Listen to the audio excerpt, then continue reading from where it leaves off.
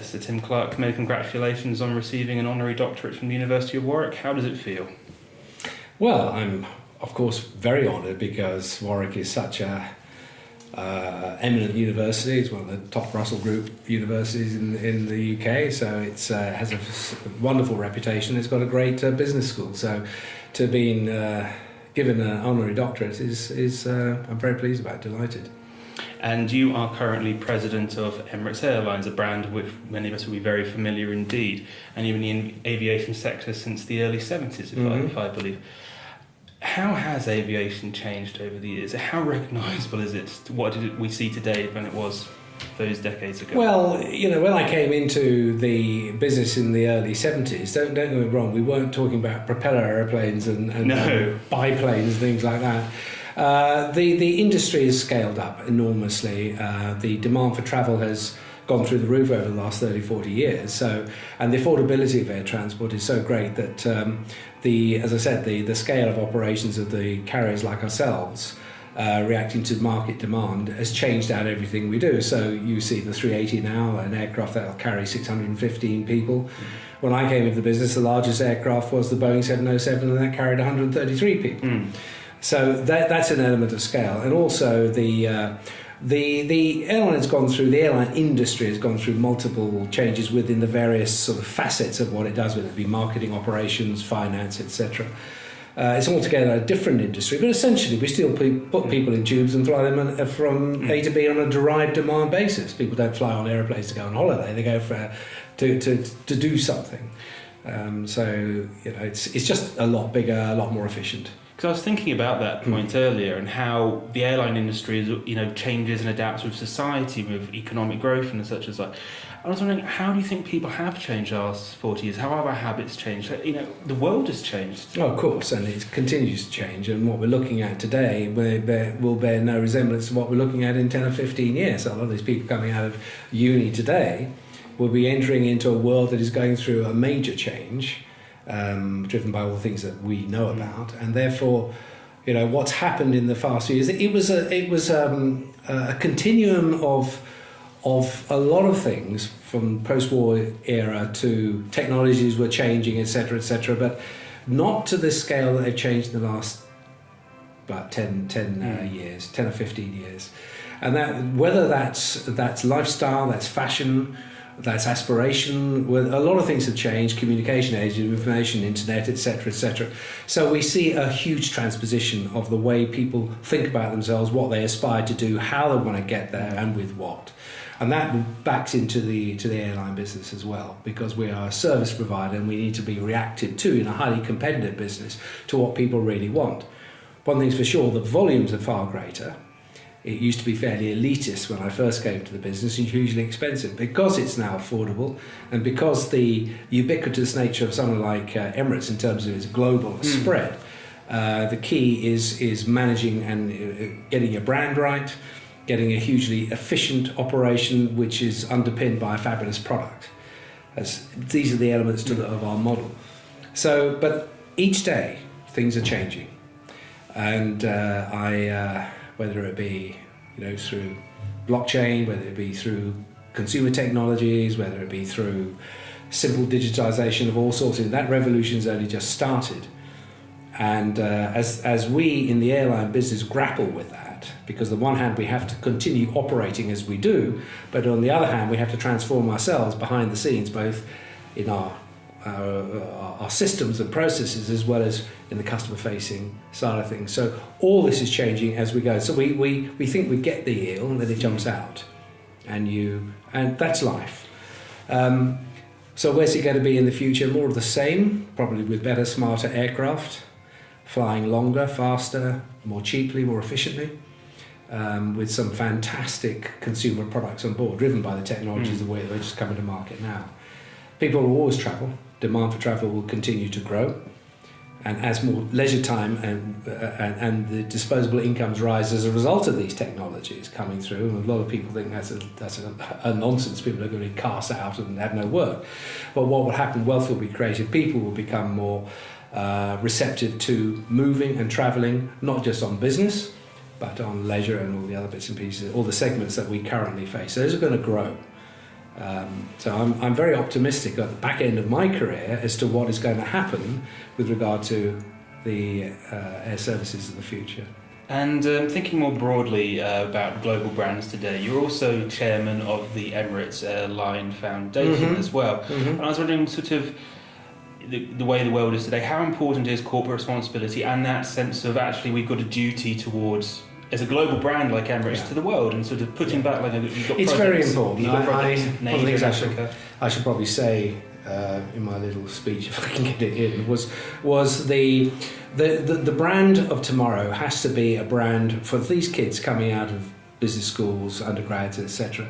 You need to work with, once you've got your passion sorted out, what you really want to be, go for a brand that is balanced in its commercialism, in its monetarism, if you like, but at the same time it must be aware of what it does and how it does it, and start to balance out the whole commercialism with the responsibilities that go with something as big as we are, doing what we do.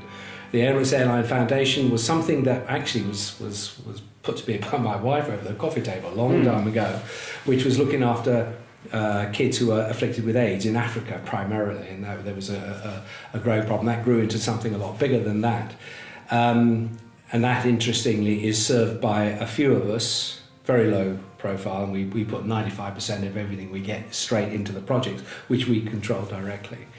And there are other things of the same that we are actually doing, like the United for Wildlife that I got involved with, the Duke of Cambridge's group, which was looking after trying to prevent the poaching operations that we all know about of rhino and elephant and a few other species that are facing extinction. We've got very heavily involved in that. We branded our aircraft with the wildlife that are facing extinction, and we've done a lot of other things working with him and his group, and I'm still on that. I work with William Hague as well as Prince William when he appears. So we're trying to shift it so that and this isn't done purely for commercial reasons, but the fact of the matter is the more you do of that, the more it enriches your brand and more it brings people in, because the world of information through the internet now connects people to everything that we do, and they can see that Emirates is essentially the ethos of Emirates is one of a customer serving business, dealing with human beings. A lot of our friends elsewhere forget what they are carrying. They commoditize the individual, they commoditize the seats, the whole process to extract value through the shareholders. And so we don't actually do that. The idea is to try and make the product as affordable and enjoyable as you can within the confines of the cost and what people are prepared to pay, and also enrich that brand by doing basically good works.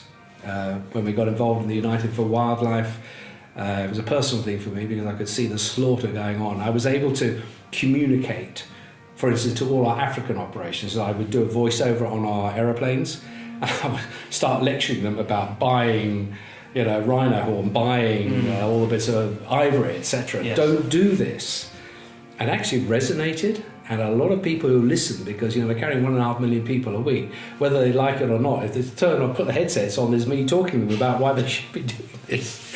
It's you where you get a chance and you can make a change, you can affect a change through the corporate power that you hold. You should do it for good. I've seen too much of corporate malfeasance, lack of governance, and self-serving.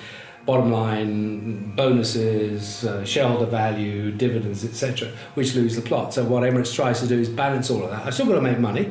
Yeah. We've got a very hard taskmaster, but that's kind of a long-winded answer to why anybody coming out, they need to look at what is it that they're going into, what do they really want to do, then look at the entity which they're going to work for, which gives that wholesome approach to the way they go about their business model. So important. I mean, things like shocked me the other day when I was reading how the BBC, for instance, had gender inequality with regard to pay, and that's kind of anathema to my thinking. We have about 120 nationalities, irrespective of where they come from, developing world, developed world, etc.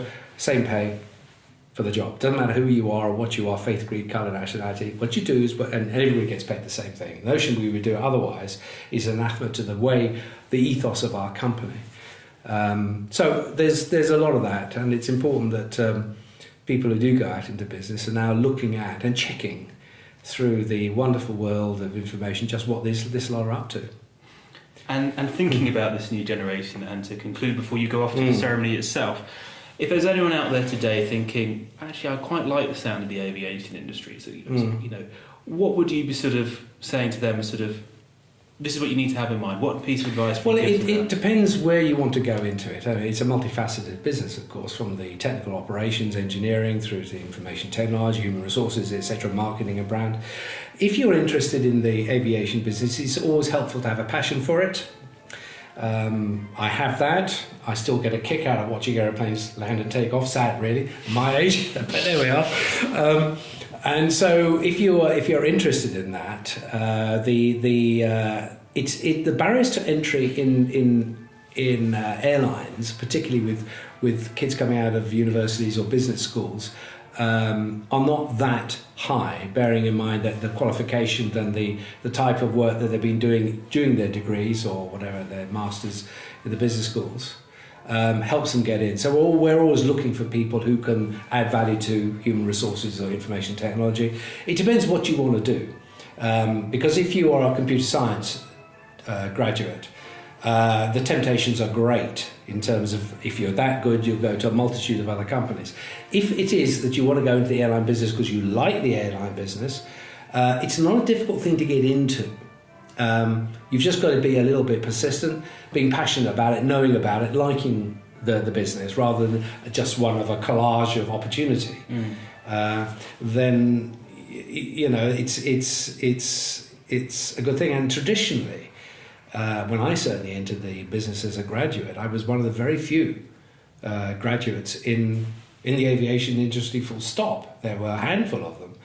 And it was, it's now far more refined, of course, and it requires the intellectual powers to deal with some of the complexities of the problem that we face. But nevertheless, but be passionate, be really interested in it. If you are just, as I said, you're looking at one of many companies, then of course it's, you'll probably find that you'll move on fairly quickly. I mean, I came into the business at 21, right? I never left it. That's the end of it. So people say, oh, that's a really sad thing to say, but the fact of the matter is, not least of which is my son, but that's the way it is, and I enjoy it all the time. For me, for people listening to this, if you can find something that is a passion and it becomes a hobby as well as a job, you crack that holy grail of enjoyment in life, you know.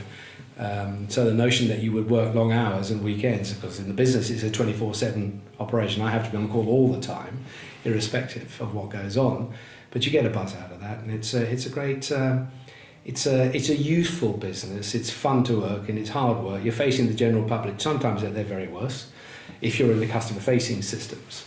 But you learn rapidly about people.